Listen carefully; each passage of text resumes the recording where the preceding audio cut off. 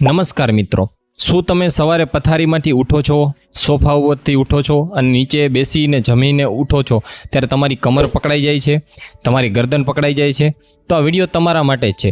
હું ડૉક્ટર અનિલ કલસરિયા આજે તમને એવો થોડા સુઝાવ આપીશ કે તમારે કમરના કોઈ પણ ઓપરેશન કરાવવા પડે છે એના વગર જ ઘરે થોડી સાવચેતી કાળજી રાખો અથવા અગાઉથી જ તે કંઈ કાળજી રાખો તો તમારો કમર અથવા તમારો મણકાના દર્દમાંથી રાહત મળી શકે છે અને એનાથી બચી શકો છો.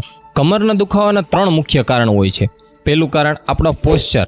આપણે ગમે ત્યારે બેસીએ છીએ ત્યારે ઝૂકીને બેસીએ છીએ, આપણે કોઈ સીધી રીતે બેસતા નથી. સતત મોબાઈલમાં કે લેપટોપમાં આપણું જ્યારે ધ્યાન હોય છે ત્યારે આપણે ડોકના ભાગેથી નીચે વળી રહીએ છીએ, એટલે પાછળના ભાગમાં પ્રેશર આવે છે. એ આપણા કમરના દુખાવાનો મુખ્ય કારણ હોય છે. બીજું કારણ હોય છે આપણા નબળા સ્નાયુઓ. આપણે બેક સાઈડ વાહાના સ્નાયુઓનો આપણે ક્યારેય કસરત કરતા હોતા નથી. આપણા બેકના સ્નાયુ ખૂબ જ નબળા હોય છે, એટલે આપણે આખા શરીરનો ભાર ઉચકી શકતા નથી અને આપણું પોસ્ચર જે રીતે હોય છે એ રીતે આપણા સ્નાયુ વધારે મજબૂત હોવાની જરૂર હોય છે. ત્રીજું કારણ છે ન્યુટ્રિશન.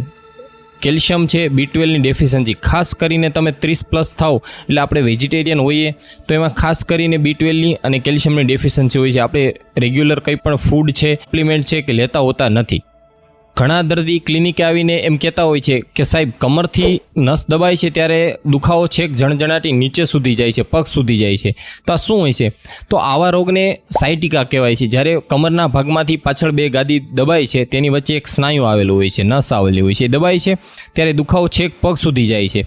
અને એ પણ આ પોસ્ચર લીધે કમરના દુખાવામાં જ આવે છે, કારણ કે ત્યાંથી દબાય છે અને આખા પગની સ્નાયુમાંથી દુખાવો શરૂ થાય છે અને જણજણાટી જેવું ફીલ થાય છે તમને. આ રહ્યા છે પ્રશ્નની વાત થઈ છે, પણ સાહેબ આનું સોલ્યુશન શું? તો આનું સોલ્યુશન આપું છું, આનો ઘરેલો ઉપચાર આપું છું. આપણે એલોપેથી દવા કે ઇન્જેક્શન લીધા પહેલાં ઘરે શું કરી શકીએ? સૌથી પહેલો ઉપાય, તમે જ્યારે સાવ પોચા ગાદલામાં સૂતા હોય એના બદલે મધ્યમ કે થોડું જાડક ગાદલા કે ગોદડામાં સૂવાનું રહેશે, જેના કારણે તમારા કમરને અને તમારા પાછળના સ્નાયુને બેલેન્સ મળે છે. બીજો ઉપાય, ઘણા પેશન્ટ આવીને કહેતા હોય કે સાહેબ કમરનો દુખાવો હોય તો મારે શેક કઈ રીતે કરવો? તો જો તમને રિસેન્ટ ઇન્જરી એટલે કે હમણાં જ કમરનો દુખાવો શરૂ થયો હોય તો તમારે એમાં ઠંડો શેક કરવો જોઈએ, પણ જો દુખાવો ઘણા લાંબા સમયથી ચાલતો હોય તો તમારે એમને ગરમ શેક કરવો જોઈએ. હવે તમારે બેસતી વખતે પણ સાવધાની રાખવાની રહી. તમે જ્યારે બેસો ત્યારે એક ઝટકાથી બેસવાનું નથી અને નીચેથી ડાયરેક્ટ વજન પણ ઉપાડવાનું નથી. એમાં તમારે ખૂબ જ સાવચેતી રાખવાની છે.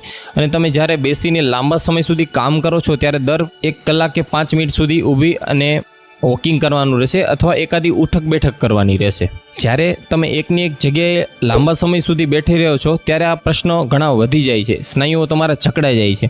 એટલે 1-2 એવા આસનો છે, તાડાસન છે, ભુજંગાસન છે, કે જે કરી અને તમે શરીરને રિલેક્સ કરી શકો છો, તમારા શરીરના બધા જ સ્નાયુઓને રિલેક્સ કરી શકો છો. ઘણીવાર એવું થઈ છે કે આ દુખાવો અસહ્ય બની ગયો હોય તો આમાં એલોપેથી દવા લેવી જોઈએ, હોમિયોપેથી દવા લેવી જોઈએ કે બીજી કોઈ ટ્રીટમેન્ટ લેવી જોઈએ?